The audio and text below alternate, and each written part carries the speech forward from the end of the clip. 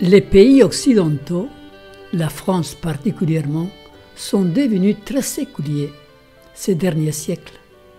Pourtant, ils ont été le berceau du christianisme.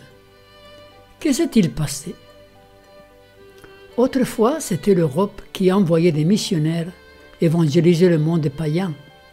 Aujourd'hui, c'est presque le contraire. L'Europe a perdu, ou plutôt rejeté, la moralité judéo-chrétienne. Les principes moraux contenus dans la Bible ne sont plus respectés ni enseignés. Les nouvelles générations d'Occidentaux grandissent sans aucune instruction religieuse.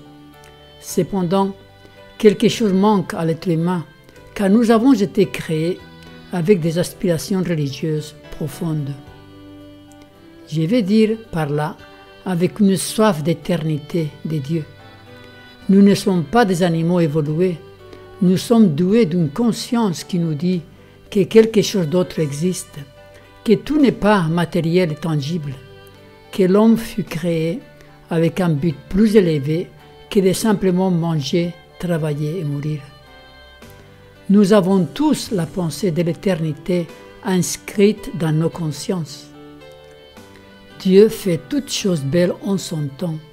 Il a implanté au tréfonds de l'être humain le sens de l'éternité. Et pourtant l'homme est incapable de saisir l'œuvre que Dieu accomplit du commencement à la fin. Alors, comment comprendre l'athéisme en France et dans les pays occidentaux? Dieu a-t-il été pris au dépourvu par cette tournure de l'histoire? La Bible révèle-t-elle quelque chose à ces propos?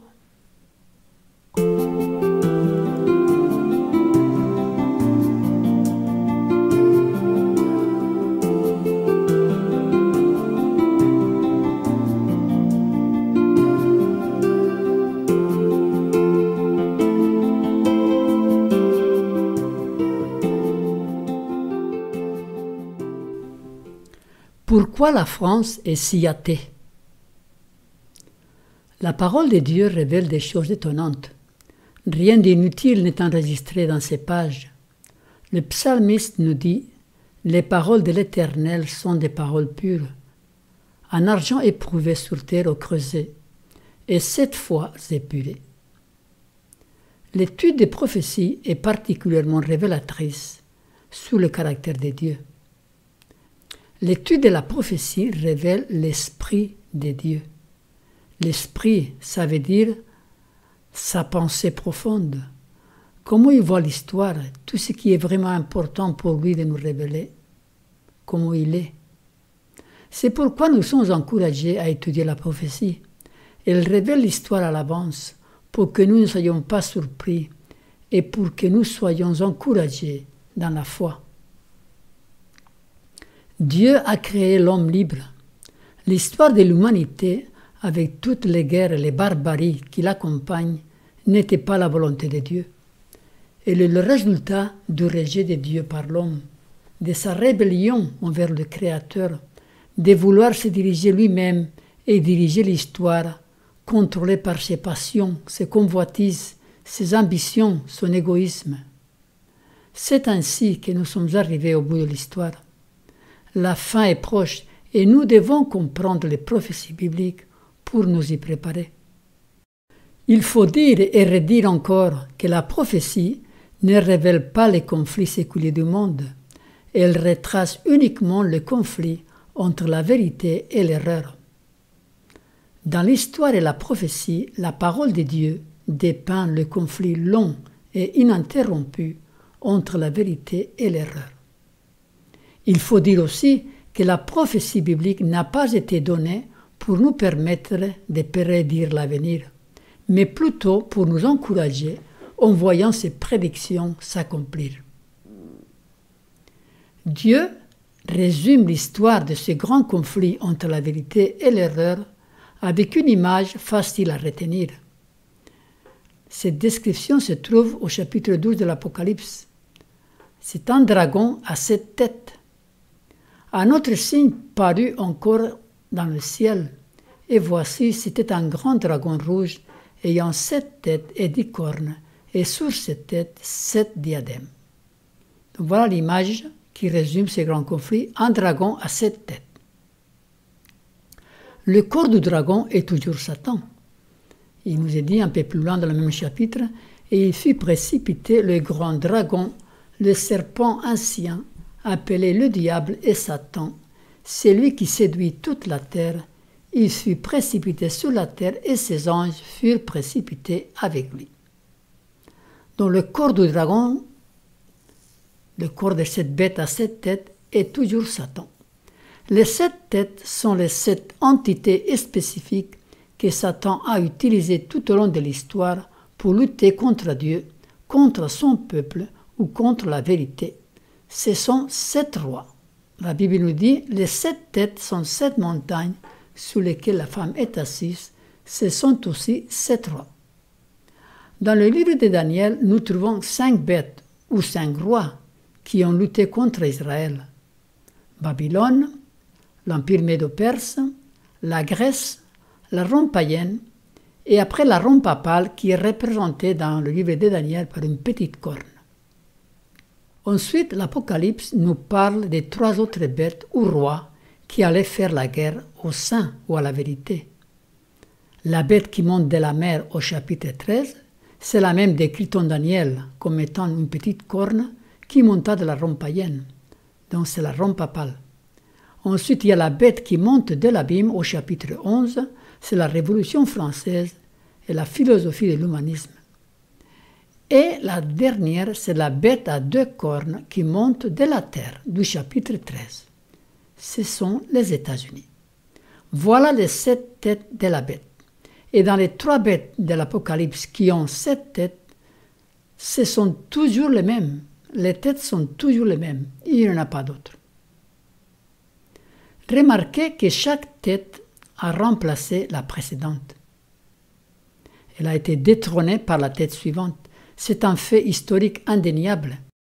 Babylone par les Mèdes et les Perses. Belshazzar, qui était le dernier roi de Babylone, par Cyrus, premier roi Médo-Perse.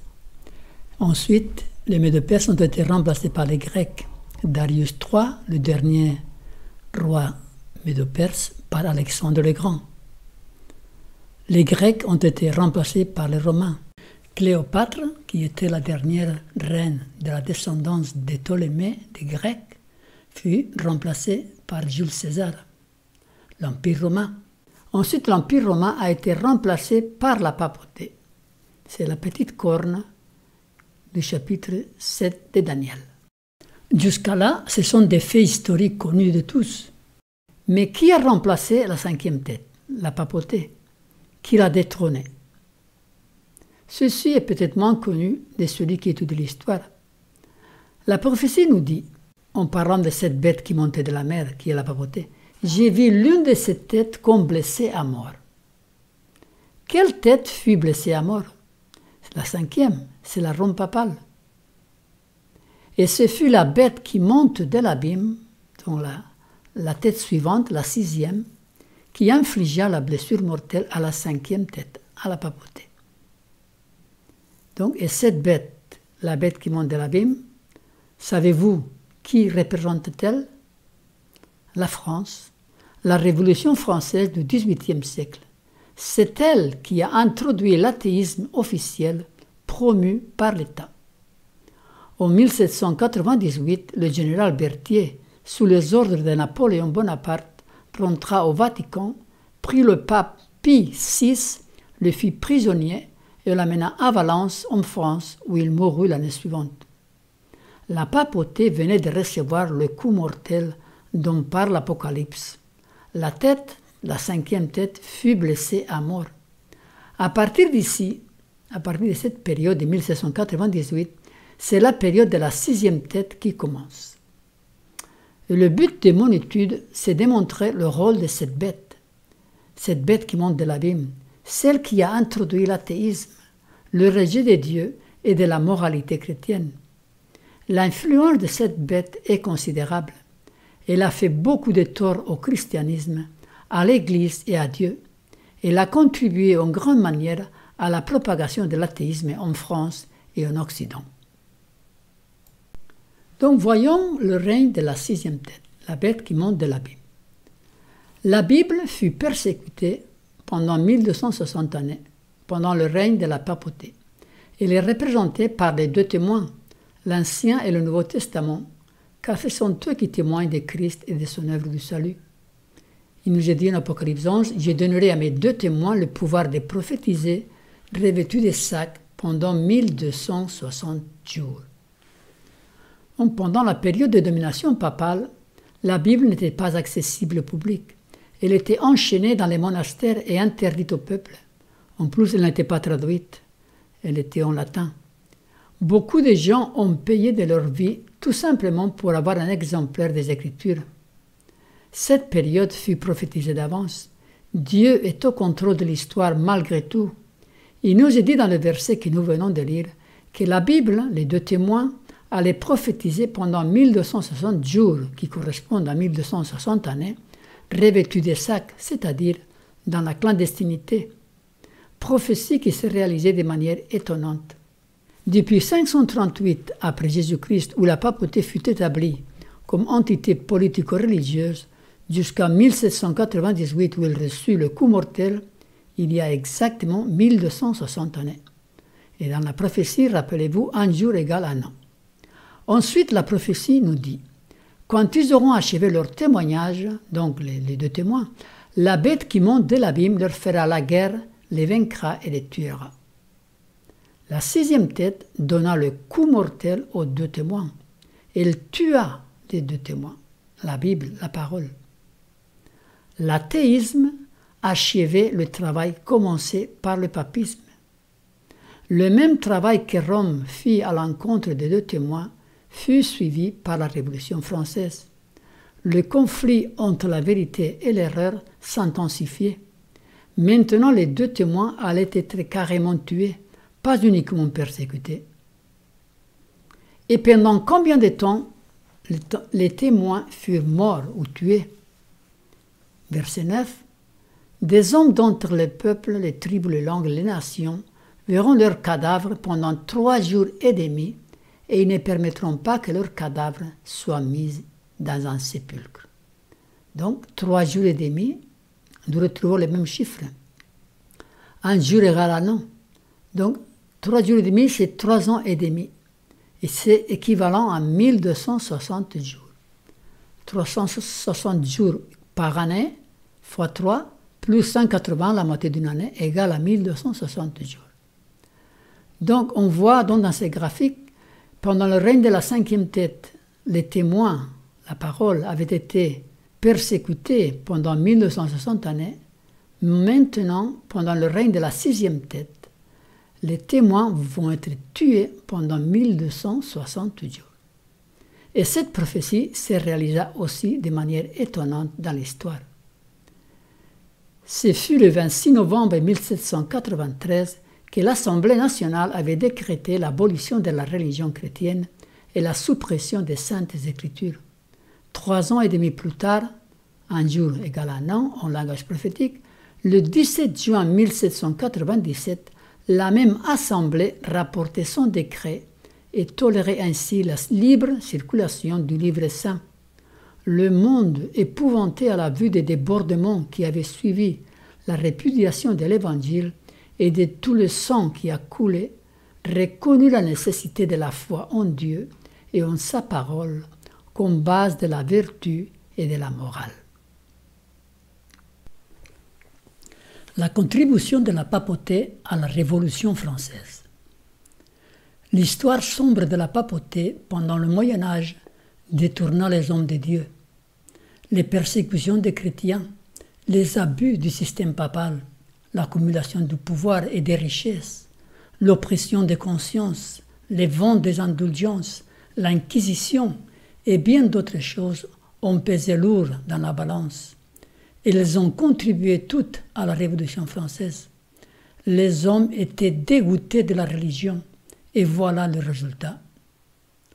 Rome ayant dénaturé le caractère des dieux et perverti ses exigences, maintenant les hommes rejetèrent et la Bible et son auteur. Les papes avaient établi une théocratie, une dictature des dieux qui était impitoyable. Des millions de personnes furent condamnées à mort. Que font les dictatures? Elles établissent des règles, une conduite à suivre. La conscience individuelle est remplacée par une conscience collective. Elles mettent en place un système de surveillance pour traquer les infractions. Elles éliminent les dissidents et les opposants avec l'aide du pouvoir civil. Pendant cette période de domination papale, le contrôle des consciences était absolu. Le peuple craignait les dignitaires de l'Église. Même les rois tremblaient devant elle. Rome contrôlait les dirigeants. Les rois devaient se soumettre à l'autorité du pape sous peine d'excommunication. C'était le règne de la terreur de Rome. Les Vaudois, les Cathares, les Albigeois, les Huguenots, les protestants, tous ont subi les conséquences de ce système oppresseur. Rome a transmis l'image d'un Dieu vengeur, implacable, tyrannique, avide de sang, qui brûle ses ennemis pour l'éternité, quelqu'un qui se vend et qui s'achète. Avec l'argent, on pouvait accéder au ciel ou condamner quelqu'un à l'enfer. Toutes ces horreurs ont contribué à la Révolution française. Les hommes dégoûtés de la religion ont rejeté le vrai Dieu de la Bible. Ce qui explique en grande partie l'athéisme de la France actuellement. Le passé est très lourd. L'Église catholique a une grande responsabilité et devra en rendre compte au jour du jugement. Le catholicisme est le chef-d'œuvre de Satan. Son effort pour s'asseoir lui-même sous le trône et diriger le monde selon sa volonté. La Bible, en parlant de ce système satanique, nous dit quelle sera sa fin. Car ces péchés se sont accumulés jusqu'au ciel, fait référence au péché de Babylone, et Dieu s'est souvenu de ses iniquités. Payez-la comme elle a payé, et rendez-lui au double selon ses œuvres. À cause de cela, en un même jour, ces fléaux arriveront.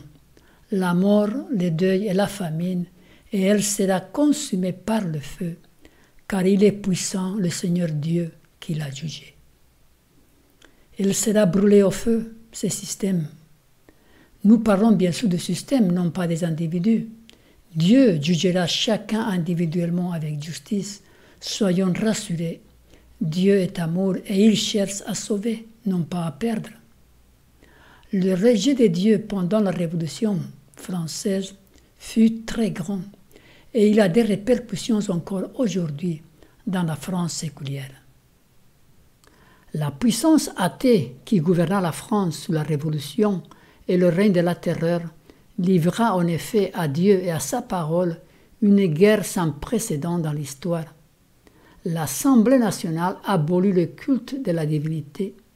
Les exemplaires de la Sainte Écriture furent ramassés et brûlés publiquement avec toutes les marques du mépris. La loi de Dieu était foulée aux pieds. La célébration publique du culte chrétien, du baptême et de la scène fut interdite. Le repos hebdomadaire fut supprimé et remplacé par le décadi.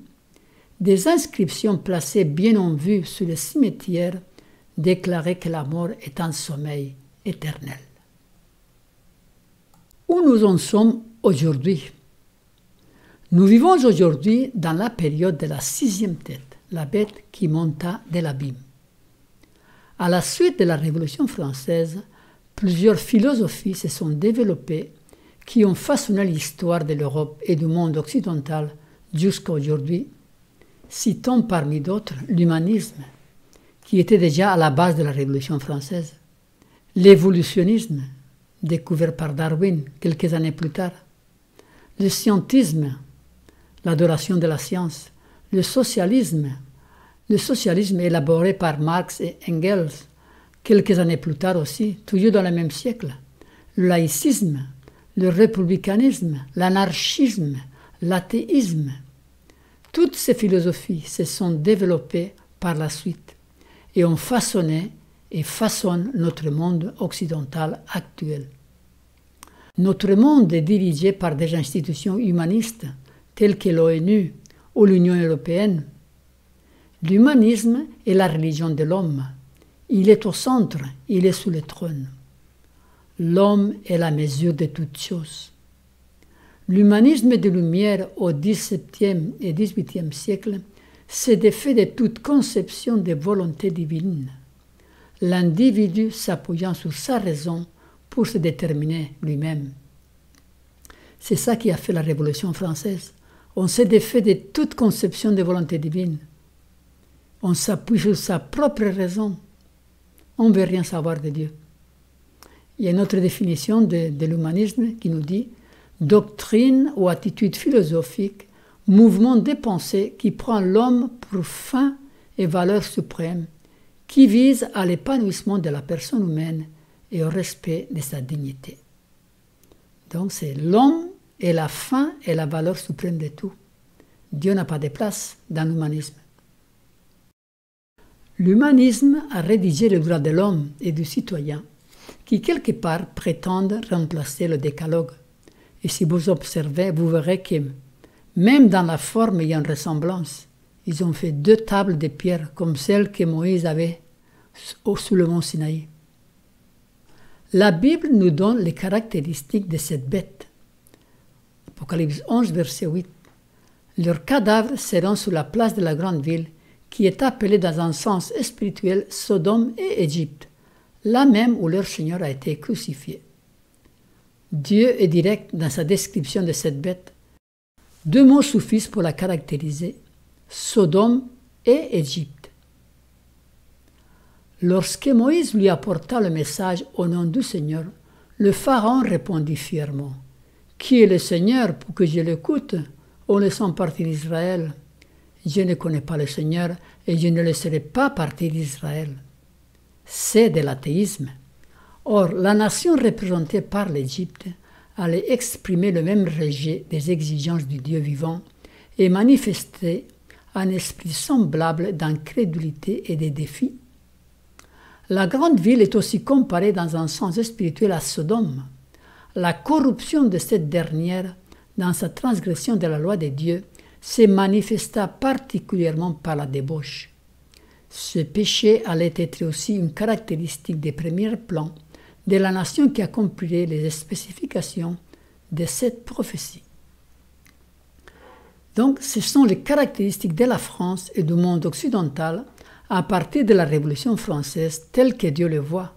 Sodome et Égypte. Sodome, synonyme de débauche, homosexualité, recherche de plaisir, de divertissement, égoïsme, égocentrisme. Et l'Égypte, c'est synonyme d'athéisme, d'incrédulité, de défi de Dieu, d'arrogance. Cette description cadre parfaitement avec nos sociétés actuelles.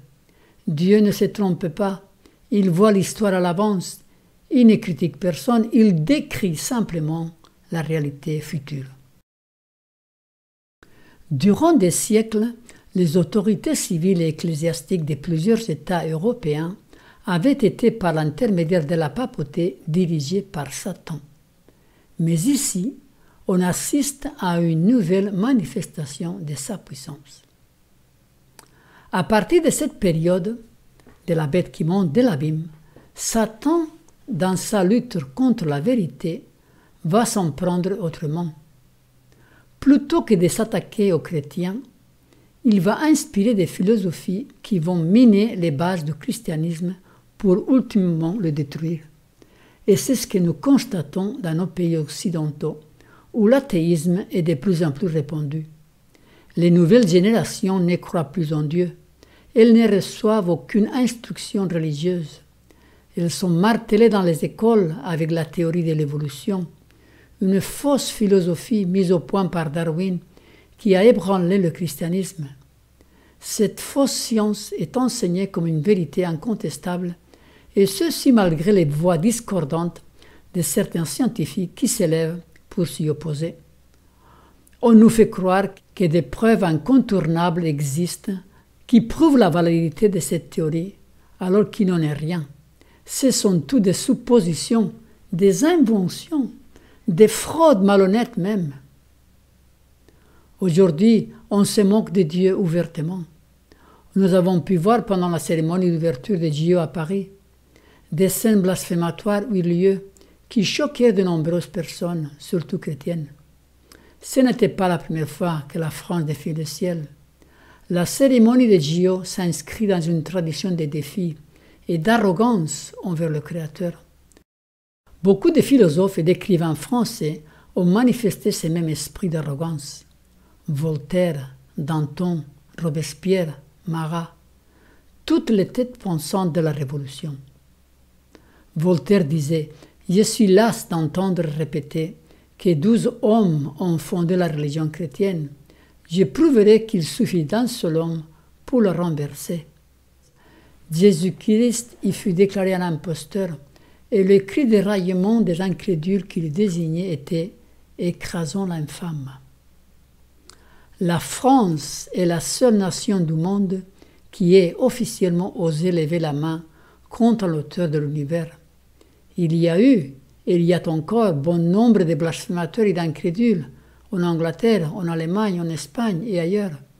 Mais la France occupe une place à part dans les annales de l'humanité, étant le seul État qui, par une décision de son assemblée législative, ait déclaré l'inexistence de Dieu, et dont la vaste majorité de sa population, tant dans la capitale comme province, ait accueilli cette nouvelle par des danses et des chants de joie. Vous comprenez donc d'où vient l'athéisme qui a secoué nos pays chrétiens occidentaux et qui continue à ébranler les fondations de l'édifice. L'athéisme d'État est né en France avec la Révolution. Aucun autre pays du monde n'a osé aller si loin dans le rejet de Dieu. Le psalmiste nous disait « L'insensé dit en son cœur, il n'y a point de Dieu. Ils se sont corrompus, ils ont commis des actions abominables. Il n'en est aucun qui fasse le bien. L'Éternel du haut des cieux regarde le Fils de l'homme pour voir s'il y a quelqu'un qui soit intelligent, qui cherche Dieu. Tous sont égarés, tous sont pervertis. Il n'en est aucun qui fasse le bien, pas même un seul. » Dieu n'a pas été pris au dépourvu par les tournures de l'histoire. L'Apocalypse nous révèle les dégâts impressionnants de cette bête qui monte de l'abîme. De plus, avec l'arrivée de la télévision dans les années 50, et surtout maintenant avec l'Internet, la culture est en train de disparaître. Les gens ne lisent plus. Ils préfèrent voir des images qui bloquent toute réflexion. La parole de Dieu est écartée ou considérée comme un mythe par certains.